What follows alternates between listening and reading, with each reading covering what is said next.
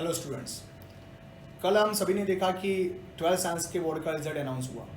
आज मैं फिर से आपके साथ बोर्ड के कुछ रिजल्ट के एनालिसिस पे बात करना चाहता हूँ। हालांकि एनालिसिस नहीं है ये, मैं आप सबको एक एडवाइस भी देना चाहता हूँ। एंड ये सभी बच्चों की वो जो फरियाद है वो बोर्ड को सुननी चाहिए, वो बोर्ड को समझने की चाहिए।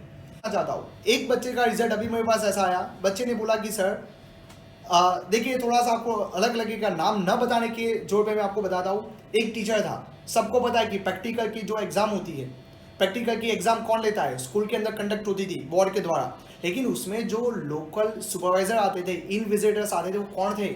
आसपास की स्कूल के टीचर्स थे। अभी अभी मेरी मुलाकात एक सर के पास हुई सिर्फ 1 घंटे पहले। वो सर ने मुझे बताया कि सर एक स्टूडेंट को मैंने 47 मार्क्स दिए थे। याद रखना, मैं सब्जेक्ट भी नहीं बताऊंगा, कुछ नहीं, बच्चे का परफॉर्मेंस अच्छा था, मैंने उसको 50 में से 47 मार्क्स दिए थे प्रैक्टिकल के अंदर। तो रिजल्ट के अंदर उस बच्चे का मार्क्स दिखा है 33 मार्क्स। तो ये सबसे बड़ा क्वेश्चन है, तो ये कैसे हो सकता है? हालांकि ये सर चाहते हैं कि मैं अपना नाम सभी के सामने जाहिर करना नहीं चाहता हूँ, लेकिन ये चीज़ हमें सोचने वाली बात है कि यदि कोई सामने से बोलता है कि हमने इतने मार्क्स दिए हुए हैं तो फिर एक क्यों। उसके बाद एक और भी चीज़ यहाँ पे हमारे सामने खड़ी होती है।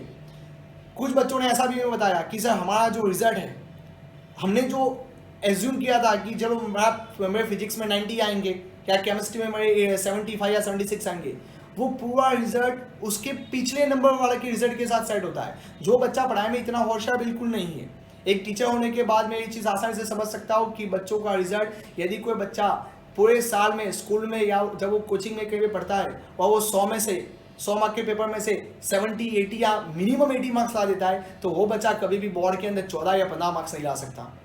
यानी कि कुछ ना कुछ गड़बड़ी है। तो मैं आप सभी से एक चीज़ कहना चाहूँगा, आप सभी बच्चे एक बार अपना जो अपनी मार्कशीट है, देखो मार्कशीट नहीं आई है, आप एक बार इसको रीचेकिंग के लिए डालिए, रीसफरिंग के लिए आप वहाँ पे अप्लाई कीजिए। और मैं बोर्ड को भी बताना चाहूँगा कि जिन बच्चों को आपने 3 सब्जेक्ट में फेल किया है, उनकी भी मार्कशीट आप उनको दिखाइए। आपको यदि स्टाफ यदि कम पड़ता है तो हम जैसे टीचर्स का आप लोग यूज़ कीजिए, जो भले प्राइवेट सेक्टर्स में हो, लेकिन आप हमें बुलाइए। ऐसे कई लोग आपके पास आ जाएंगे। पूरी ईमानदारी के साथ एजुकेशन को हमें आगे बढ़ाना चाहिए। एक और एग्जाम्पल लेता हूँ, इससे क्या होता है। कुछ साल पहले बोर्ड का रिजल्ट अनाउंस हुआ था। उस रिजल्ट के अंदर सभी सब्जेक्ट के मार्क्स सही थे, लेकिन संस्कृत के मार्क्स के अंदर ऑनलाइन में घोटाला हुआ था। एक बच्चे ने सुसाइड किया था। आपको याद होना चाहिए कि कुछ साल पहले पेपर में भी ये चीज़ आ चुकी थी, 2 या 3 साल हो गए इस बात को। ऐसा हुआ था कि एक बार रिजल्ट अनाउंस हुआ, रिजल्ट अनाउंस होने के बाद सीधा ही बच्चे के, आप सुनिए मैं मार्क्स बताता हूँ। मुझे याद है एक बच्चा ऐसा था, फिजिक्स में वो 92 मार्क्स लाया, केमिस्ट्री के अंदर उसके 87 या उसके आसपास थे, बायोलॉजी में वो बच्चा 97 लाया था, और वो बच्चा संस्कृत में फेल हुआ था। एंड जब 3-4 घंटे के बाद रिजल्ट मॉडिफाइड हुआ तो बच्चा संस्कृत में पास हो गया। तो बोर्ड इन सब बातों पे फोकस करे, वो समझे कि एक कुछ इतना आसान नहीं है। एक बच्चों की मेंटालिटी के साथ ये चीज़ होती है। अपने काम को बहुत ईमानदारी के साथ हम सभी को करना चाहिए। मैं यहाँ पे बोर्ड को गलत नहीं मानता हूँ, बोर्ड अपने हिसाब से सही होगा, लेकिन फिर भी कुछ एम्प्लॉई ऐसे होते हैं, कुछ टीचर्स ऐसे होते हैं जिन्होंने ईमानदारी के साथ काम नहीं किया होगा, या फिर मान लो कि टीचर्स ने भी किया है तो जिसने मार्क्स एंट्री की है उसमें कुछ गड़बड़ी हुई है। कुछ ना कुछ यहाँ पे चीज़ें, और जो बच्चों का रिजल्ट आया उसका क्या। एक और लड़की थी, इसका मैं एग्जांपल देता हूँ, मैं किसी का यहाँ पे नाम नहीं बता रहा। वो लड़की ने पूरे साल तक इतनी अच्छी मेहनत की थी, उसके जितने भी स्कूल में पेपर, इवन हमने जब उसका प्री बोर्ड एग्जाम लिया था उसकी, तब भी उस लड़की के 100 में से 96 मार्क्स थे, एंड वो लड़की फेल हुई। How it is possible? यदि वो सिर्फ MCQ भी सही लिख दे तब भी वो लड़की पास हो जाती। तो ऐसे बहुत सारे डेटा हमारे पास पड़े हुए हैं। हम यहाँ से हम आप सभी को मैसेज देना चाहते हैं, आप अपना रिजल्ट खुलवाइए, अपना रिजल्ट के अंदर आप अप्लाई कीजिए। एंड मैं गवर्नमेंट को भी बोलूँगा कि कुछ कीजिए इसके अंदर। ऐसा ना हो जाए कि बच्चों का एजुकेशन के ऊपर से भरोसा उठ जाए। अभी अभी मैं 2 बच्चों को और भी मिल के आया हूँ, जो बच्चे इतने होशियार थे कि सर पूछिए मत, मैं झूठ नहीं बोलूँगा, मुझे यहाँ पे क्या मिलेगा, बट वो बच्चे आज डिमोटिवेट हो चुके हैं। गलती किसकी यहाँ पे? बच्चे की। बच्चे ने मेहनत की थी, गवर्नमेंट की, गवर्नमेंट अपना काम करती है, लेकिन जहाँ पे भी कुछ गलती है, गड़बड़ी है, मैं मैनेजमेंट में ज़्यादा शायद जो अपना एजुकेशन डिपार्टमेंट है, मैं उसको कुछ कहना नहीं चाहता हूँ, लेकिन फिर भी इस चीज़ को थोड़ा सा देख लिया जाए। एंड बच्चों को परमिशन दी जाए कि भले आप 3 सब्जेक्ट में फेल हुए हो, यदि बोर्ड सही है तो बोर्ड अपनी वो बच्चों की सप्लीमेंट्री उनको क्यों नहीं दिखाता? मैं चाहता हूँ कि बोर्ड अपनी सप्लीमेंट्री उनको दिखा दे।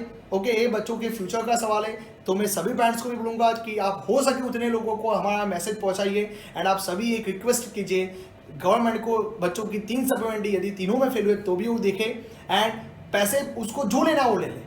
पेरेंट्स पैसे भी दे देंगे, ठीक है, क्योंकि बच्चों के फ्यूचर का सवाल है। एक बार मैं फिर से बोलूँगा कि सभी केस के ऊपर ध्यान दिया जाए। एंड आप देखें यहाँ पे क्या आपका रिजल्ट भी गलत तो नहीं आया हुआ है, आपको भी ऐसा तो नहीं लगता है। हाँ, आप यदि आपके पास ऐसा हुआ कि आपकी एक्सपेक्टेशन कम थी और ज़्यादा आ गए ना, तो बेटा आप हमेशा खुश होंगे। लेकिन याद रखिए कि ऐसे आज वो बोलते हैं कि यदि हमारे साथ हम तो फेल होने वाले थे लेकिन हम पास हो गए, तो ऐसी खुशी भी किस काम की। जो आपको अंदर से तो सब कुछ सच सच बताइए। ये वीडियो या ये जो हमारा मैसेज है वो सभी होशियार बच्चों के लिए है। बेटा याद रखना, आपको डरने की जरूरत नहीं। यदि आपका रिजल्ट भले ही न सुधरे, चेंज ना हो, लेकिन आपने यदि अच्छी मेहनत की ना, तो कर्मयोग के द्वारा आपको भविष्य में उसका फल जरूर मिलेगा। और मैं आपको ये वीडियो इसलिए बताता हूँ कि एक बार पास्ट में मेरे साथ भी ऐसा हो चुका था, एंड इसलिए मुझे आज लगा कि आप सबको ये बात मुझे बतानी चाहिए। तो आप सभी को ये मैसेज पहुंचाइए। एंड गवर्नमेंट को एक बार मैं फिर से रिक्वेस्ट करना चाहता हूँ कि बच्चों के साथ बने रहिए एंड ये एजुकेशन को और अच्छी तरह से डेवलप कीजिए। मैनेज करना बहुत ही ज़रूरी हो चुका है। आप सभी का धन्यवाद हमारे साथ बने रहने के लिए।